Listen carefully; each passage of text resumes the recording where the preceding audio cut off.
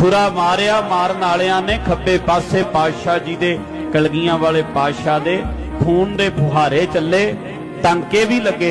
England दे doctor ने टांके लाए गुरु गोबिंद सिंह दे पेट दे ते हुण इन्ना वड्डा जख्म।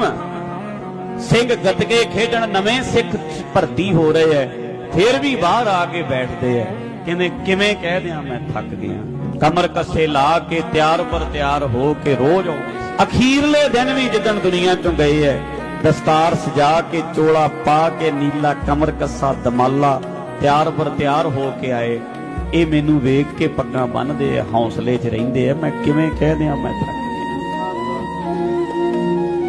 मेरा बुरा हाल है, मैं किवें कह दियां मेरे खून चलदा, मेरे तो बोलिया नहीं होना। फिर भी जोर ला के कोशिश की ते जांदे जांदे फतेह बुला के मैं किवें कह दियां